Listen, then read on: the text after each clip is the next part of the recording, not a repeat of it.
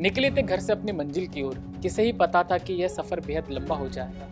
तमिलनाडु के लिए कल यानी 11 अक्टूबर का दिन बेहद खराब रहा।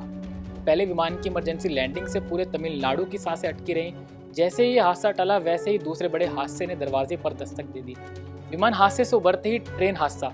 एक तरफ एक विमान की इमरजेंसी लैंडिंग से हलचल फैल गई, तो वहीं दूसरी तरफ तमिलनाडु में बड़ा ट्रेन हादसे ने सभी का दिल दहला दिया। सुबह उठते ही विमान की इमरजेंसी लैंडिंग और ट्रेन हादसे की खबरों से पूरे देश की आंखें खुली। ऐसे में एक सवाल उभर के आता है कि एक ही दिन में केवल तमिलनाडु के भीतर ही यह दोनों हादसे क्यों हुए। वाकई यह कोई हादसे हैं या फिर कुछ और? आइए समझते हैं कि इन दोनों हादसों की वजह क्या थी। बात करते हैं सबसे पहले ट्रेन हादसे की। दरअसल दरभंगा बागमती एक्सप्रेस ट्रेन देर रात तमिलनाडु के पास कावरपेट्टाई में दुर्घटनाग्रस्त हो गई। इस ट्रेन में फंसे यात्रियों की मदद के लिए एक विशेष ट्रेन संचालित की गई है, जो कि यात्रियों को लेकर दरभंगा के लिए रवाना होगी। अब सवाल है कि आखिर ट्रेन हादसा हुआ कैसे। दरअसल मैसूर से दरभंगा की ओर जा रही बागमती एक्सप्रेस मालगाड़ी से टकरा गई। इस हादसे में बागमती ट्रेन के कई डिब्बे पटरी से उतर गए और ट्रेन के डिब्बों में आग लग गई। फिर भी गनीमत यह रही कि इस हादसे में किसी की जान नहीं गई। जो लोग घायल हुए हैं उनका नजदीकी अस्पताल में इलाज चल रहा है। ट्रेन हादसा या किसी की सोची समझी साजिश? रेलवे को आशंका है कि हादसा जानबूझकर कराया गया। हादसा तमिलनाडु के कावरपेट्टाई रेलवे स्टेशन के पास हुआ। ट्रेन को आगे जाने के लिए हरी झंडी मिल गई थी, जैसे बालासोर के मामले में हुआ था। जैसे ही ट्रेन ने लूप लाइन में प्रवेश किया, वहां पहले से ही एक मालगाड़ी खड़ी थी। जल्दबाजी में कुछ हो पाता, इतने में तो तेज रफ्तार पैसेंजर ट्रेन ने मालगाड़ी को पीछे से टक्कर मार दी। अब ऐसे में सवाल उठता है कि जब पहले ही पटरी पर मालगाड़ी खड़ी थी तो एक्सप्रेस ट्रेन को हरी झंडी क्यों मिली, या कोई चाहता था कि यह हादसा हो। इस ट्रेन हादसे पर तमिलनाडु के सीएम एम.के. स्टालिन ने भी दुख जताया।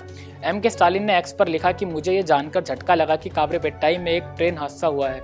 मुझे जैसे ही इसकी जानकारी मिली मैंने अपने मंत्री को मौके पर भेजा। फिलहाल अभी तक मिली इस जानकारी में दुर्घटना में मालगाड़ी को भी काफी नुकसान पहुंचा है। रेलवे की टीम इस बात की जांच में जुटी है कि आखिर यह हादसा कैसे हुआ। ट्रेन हादसा तो जमीनी स्तर पर दुख दे ही गया, लेकिन ट्रेन हादसे से पहले एयर इंडिया एक्सप्रेस के विमान की इमरजेंसी लैंडिंग ने तमिलनाडु को हिला के रख दिया था।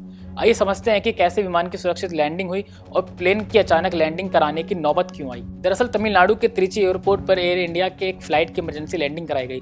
फ्लाइट AXB 613 ने शाम 5:40 पर तमिलनाडु के तिरुचिरापल्ली से उड़ान भरी और रात करीब 8:15 बजे उसकी एयरपोर्ट पर लैंडिंग हुई। ऐसा इसलिए क्योंकि Tiruchirappalli Sharjah air India express की फ्लाइट में हाइड्रोलिक सिस्टम में खराबी आ गई थी। करीब 3 घंटे तक हवा में चक्कर काटने के बाद पायलट ने विमान की त्रिची एयरपोर्ट पर सेफ लैंडिंग कराई। इस दौरान यात्रियों में हड़कंप मच गया था, लेकिन एयरलाइन के वरिष्ठ सूत्रों ने मीडिया को बताया कि कॉकपिट के अंदर चीजें हमेशा नियंत्रण में थी। फिर भी जब तक विमान की सेफ लैंडिंग नहीं हुई, त्रिची एयरपोर्ट को हाई अलर्ट पर रखा गया था। कैसे हुई विमान की सुरक्षित लैंडिंग? विमान की उड़ान भरती उसमें तकनीकी खराबी आ गई, इसलिए इसमें ईंधन भी काफी मात्रा में भरा था। इस कारणों से पायलट ने ईंधन खत्म कराने के मकसद से विमान को आसमान में ही चक्कर कटवाने का फैसला किया। एयर इंडिया एक्सप्रेस का विमान करीब 3 घंटे तक ऊपर आसमान में चक्कर लगाता रहा और नीचे सभी की सांसें अटकी रही। विमान के यात्रियों के साथ साथ एयरपोर्ट के सभी स्टाफ यही प्रार्थना कर रहे थे कि कोई अनहोनी ना हो। माना जा रहा था कि पायलट बेली लैंडिंग कराने के पक्ष में थे। बेली लैंडिंग में रनवे पर विमान के निचले हिस्से को घसीटते विमान को रोकने की कोशिश की जाती है। यह बेहद खतरनाक स्थिति मानी जाती है, जिसमें विमान में आग लगने का भी खतरा बना रहता है। इसी वजह से किसी भी आपात स्थिति से निपटने के लिए तिरुचिरापल्ली एयरपोर्ट पर 20 एम्बुलेंस और 18 दमकल गाड़ियां स्टैंड बाय पर रखी गईं।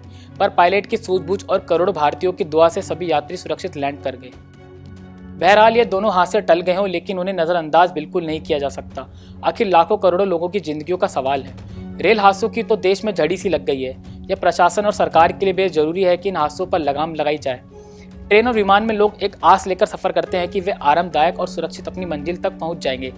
लगातार हो रहे हादसे बेहद चिंता का विषय है। सरकार को इस पर जल्द कोई कार्रवाई करनी होगी, वरना आम जनता का ट्रेन और पब्लिक व्हीकल से विश्वास उठ जाएगा।